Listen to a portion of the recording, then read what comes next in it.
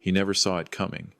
And honestly, I never planned for it to go that far. But when a man looks you in the eye and tells you that you couldn't possibly understand his world, sometimes the only honest response is to let him find out exactly whose world he's standing in. My name is Walter Kowalski.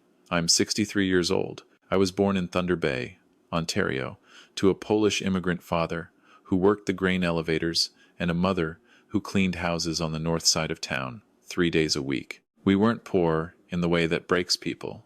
We were poor in the way that teaches them. My father's hands were so rough by the time I was 10 years old that when he shook mine before I left for my first day of high school, it felt like gripping the bark of a birch tree. He never complained about it. Not once. He used to say that the calluses on a working man's hands were the most honest autobiography a person could write. I carried that with me for 40 years. I spent my 20s swinging a hammer on residential builds across northwestern Ontario. By 30, I had my journeyman's ticket and a small crew of 3 men who trusted me enough to follow me from site to site. By 40, I had incorporated my first company, Kowalski General Contracting, and we were pulling contracts on commercial developments across the province. I wasn't flashy about it. I drove the same kind of truck I'd always driven. I wore the same kind of work boots. I kept my office above a hardware store in a strip mall outside of Sudbury because the rent was reasonable and I didn't need anyone to be impressed by my address. By the time I turned 60, Kowalski Construction Group had grown into something my father would have had trouble believing if I'd tried to explain it to him.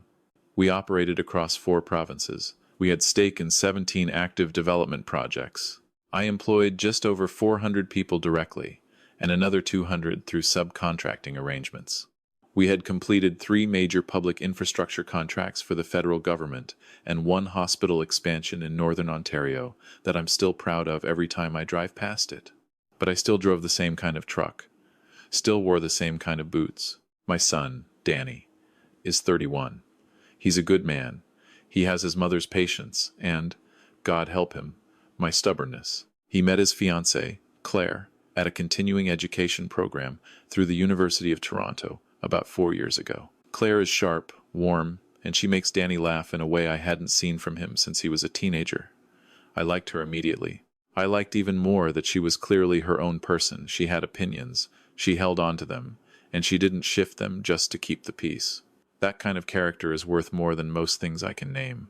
The engagement had been announced the previous autumn. The wedding was set for July, out at a property just east of Collingwood. Claire's family was from the Oakville area, old money. The kind that doesn't talk about itself too loudly, but makes sure you notice it eventually. Her father's name was Reginald Ashworth. He was 67, semi-retired, and had spent most of his career as a senior partner at a Bay Street investment firm. The kind of man who knew the right restaurants, the right clubs, the right people. He had that particular polish that comes not from effort but from never having had to try very hard at anything that mattered to him. I don't say that with bitterness. I say it as an observation. There are men who are built by difficulty and men who are built by ease, and you can usually tell them apart within the first 10 minutes of a conversation. I could tell with Reginald within the first 3. The rehearsal dinner was held on a Thursday evening in late June, at a private dining room in a restaurant near Collingwood that I was told had a 2-month wait for reservations. The drive up from Sudbury had taken me about 3.5 hours. I arrived in my truck, parked it in the lot between a Mercedes and a Range Rover, and walked in wearing dress pants, a collared shirt, and the blazer my daughter-in-law Margaret had bought me for Danny's university graduation. It was a good blazer, but I'll admit it had been pressed into service more often than it probably should have been without a visit to the dry cleaner. Claire's family was already gathered when I arrived. There were perhaps 20 people in the room, Claire's parents, her 2 brothers and their wives, several family friends, and a few of Danny and Claire's mutual friends from the city. Danny was at the far end of the room talking to one of Claire's brothers, and he caught my eye immediately and crossed over to greet me. "You made it," he said, and he hugged me the way he'd been hugging me since he was small with his whole self, not just his arms. Said I would, I told him. Claire came over and kissed my cheek, and I told her she looked beautiful, because she did. She introduced me to her mother, Patricia, who was gracious and warm, and then to her father. Reginald Ashworth had the kind of handshake that tells you everything. Firm enough to be technically acceptable, brief enough to communicate that the gesture was a formality rather than a greeting. He looked at me with that particular expression I have seen on certain kinds of men my whole life, the quick scan, top to bottom, the small recalibration behind the eyes when they decide what category to put you in. "Walter," he said, "good of you to make the drive." "Wouldn't have missed it," I said. "Long way from Sudbury," he said, with a small smile that wasn't quite a smile. "About what I expected," I said. We were seated for dinner not long after.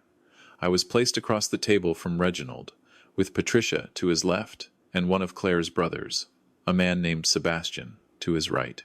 Danny was 3 seats down, deep in conversation with Claire's younger brother and his wife. The evening started pleasantly enough. The food was excellent. The wine was good. Patricia asked me about Sudbury with what seemed like genuine interest, and I told her a bit about the city, about the changes I'd seen in 40 years, about the way the land up there gets into you if you let it. She listened carefully. She was a good listener. Reginald was quieter through the appetizers.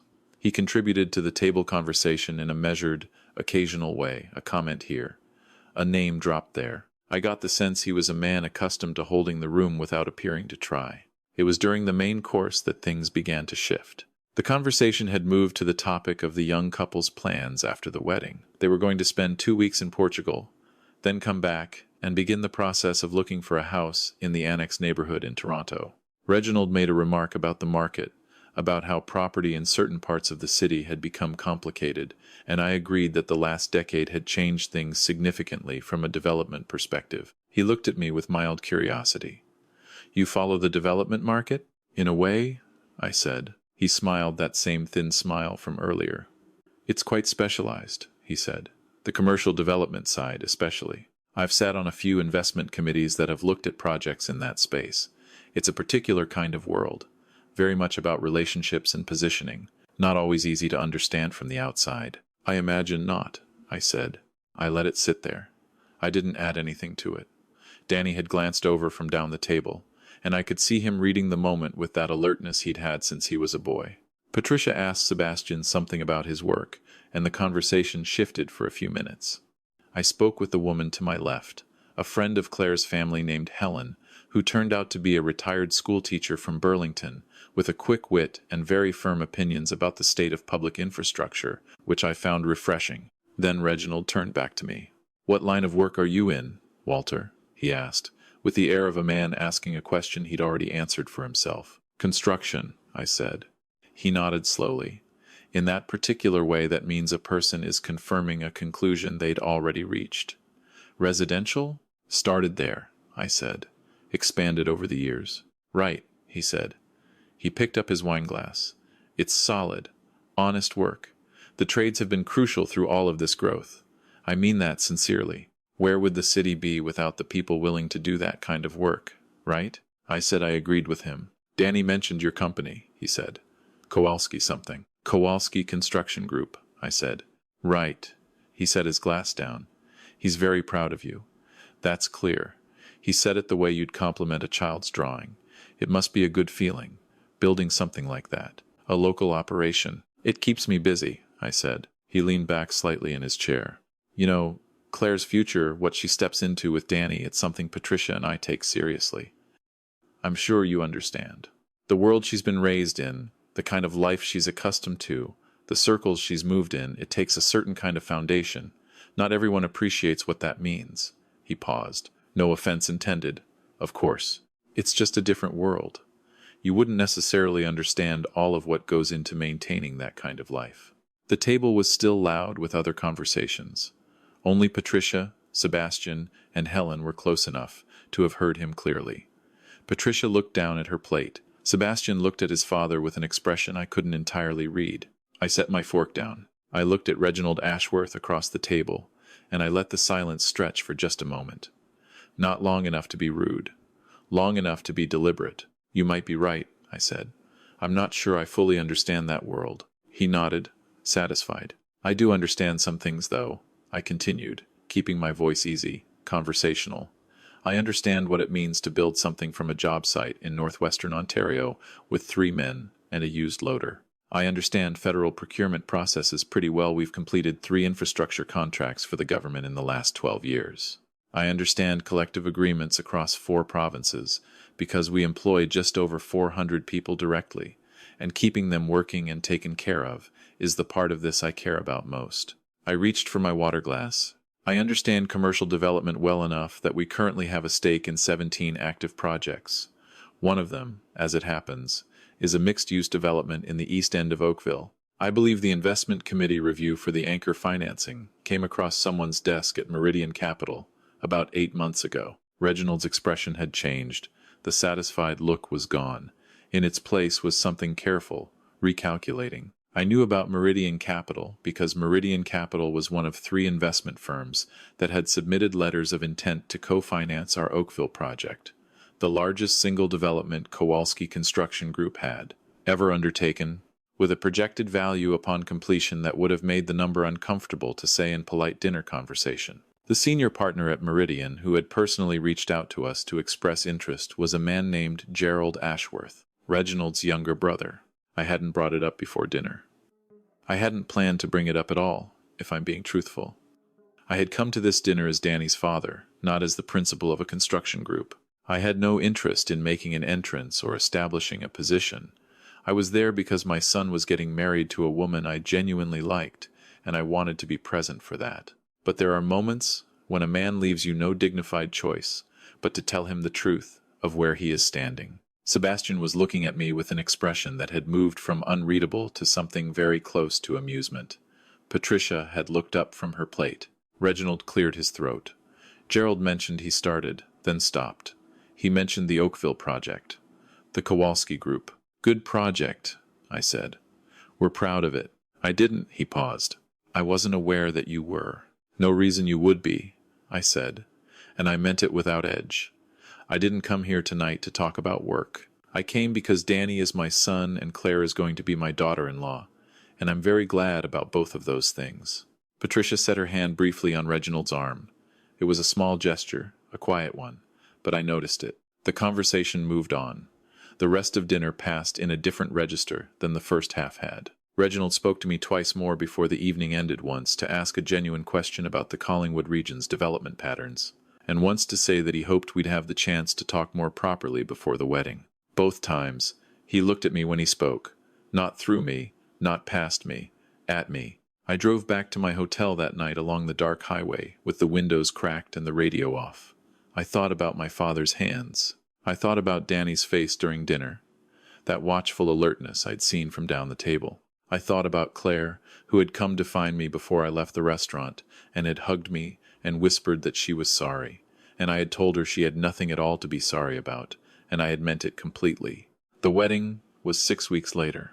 It was a clear afternoon, the kind of July day that southern Ontario occasionally produces, as if to remind you why people have always wanted to live near the water. The ceremony was in a field of long grass with a view of Georgian Bay in the distance, and when Danny stood at the end of that aisle and watched Claire walk toward him, his face did something that I will not try to describe because I wouldn't do it justice. I will only say that I was not the only one in that field who had to look away for a moment. At the reception, Reginald gave a speech. It was polished and warm, as you'd expect. He talked about Claire growing up, about the values he and Patricia had tried to give her, about welcoming Danny into the family. Then, near the end, he paused in the way speakers do when they're about to say something they haven't fully rehearsed. I want to say something about Walter, he said, Danny's father. I was at the table nearest the small riser they were using as a stage. I looked up. I made an assumption at the rehearsal dinner, Reginald said, looking at me directly. It was the kind of assumption I'm not proud of. Walter had every right to correct me in a way that would have been embarrassing, and he chose not to. He paused. He let me find my own way to the truth of it, and he did it with more grace than I deserved. He raised his glass. To Walter, and to what we might all learn from a man who never once needed the room to know who he was. There were perhaps 120 people in that reception tent. They raised their glasses.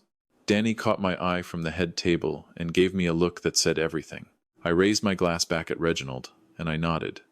And that was all that needed to happen. In the months that followed, I saw Reginald several times at Christmas, at a dinner Patricia organized in the new year, once when he and Danny drove up to one of our Oakville site walkthroughs, which Reginald had asked to attend out of what seemed like genuine curiosity rather than due diligence. He was different in those conversations, still polished, still comfortable with himself, but listening more than he performed. Patricia told Claire privately, and Claire told Danny. And Danny told me with a grin that Reginald had said I was the most interesting man he hadn't expected to meet. Gerald Ashworth, his brother, did eventually come on board as part of the Oakville financing consortium. We had a good working relationship. He was nothing like his brother in his first impression of people, and we got along well from the start. The Oakville project broke ground the following spring. It will be finished, if everything goes to schedule, in about 2.5 years. 400 residential units, ground floor commercial space, and a small public park along the waterfront that we insisted on, including even when the numbers made it uncomfortable. Some things are worth the cost. I've been thinking lately about what my father used to say, not just about the Callises, but about something else he told me once, when I was about 17 and had come home frustrated after a foreman on a summer job had dismissed me in front of the rest of the crew. I remember standing in the kitchen, jaw tight, wanting badly to say I was angry without wanting to admit it. My father was sitting at the table with his tea. He looked at me for a long moment. "Walter," he said, "a man who needs you to know who he is not yet sure himself. But a man who knows who he can afford to wait." I was 17. I filed it away without fully understanding it. I think about it often now, about what it costs to insist on being seen, and what it frees you from when you don't need to. About how the quietest form of confidence is the kind that doesn't require an audience. About the difference between a man who wears his worth on his chest like a nameplate and a man who carries it in his hands, in the work, in the 400 families who go home on a Friday with something earned. Reginald Ashworth was not a bad man. I want to be clear about that. He was a man who had moved through a life that had mostly confirmed what he already believed about the nature of things, and he had never been given sufficient reason to question it. That is a more common condition than most of us want to admit, and it is one I cannot claim to be entirely free of myself. We all carry the shape of the world we were raised in. The question is whether we're willing to let that shape be changed by what we encounter, or whether we insist on making everything we encounter fit the shape we already have. He chose to let it change. That choice, made publicly and at a cost to his own pride, told me more about his actual character than the condescension at dinner ever could. Danny and Claire are expecting their first child in the spring. They've bought a house not in the annex, as it turned out, but further east, a neighborhood they walked through one October afternoon and fell in love with, for reasons neither of them could quite articulate, which is the right reason to fall in love with a neighborhood. I drove down to see the house the weekend after they got the keys. It was a Saturday morning, cold and bright the way October gets in Ontario when it means it. Danny met me at the front door and walked me through every room, pointing out what they planned to fix, what they wanted to keep, where they thought the baby's room would go. He had his grandfather's manner of assessing a space. I noticed standing in the middle of a room and turning slowly, measuring things with his eyes before he said anything. We stood in the backyard after, looking at the fence that needed work and the tree that would need attention in the spring. "The fence isn't bad," I said. "Week's work, maybe 2. "I was hoping you'd say that," Danny said. "I'll come down in November," I said. "We'll do it right." He nodded. Then he was quiet for a moment. The way he gets when something is sitting in him that he's deciding whether to say. "At the rehearsal dinner," he said finally. "I saw it. What he said to you." "I know you did," I said. I wanted to say something. "I know that too." He looked at me. "Why didn't you? Right then, I mean. You could have." I thought about it. About the 100 ways I could have answered Reginald Ashworth across that dinner table and chosen not to. "Because it wasn't about winning the evening," I said, "and because Claire loves her father, and because sometimes the most powerful thing you can say is nothing at all, until the moment when saying something actually matters." Danny was quiet for a while. "Grandpa," he said, not as a question, just the word. "Your grandpa," I said. We stood there in the backyard of his new house until the cold got serious, and then we went inside and made coffee, and his wife came home from an errand with groceries and a story about a parking situation that had her laughing before she got through the door, and the afternoon became what good afternoons become when you stop trying to make them into anything. Later, driving back north on the 400, the highway opening up past Barrie into the long, quiet stretch that always feels to me like the province finally breathing, I found myself thinking about what gets passed down and what gets lost. About the things a father gives a son that have no name for them, not money, not advice, not even example exactly, but something more like atmosphere.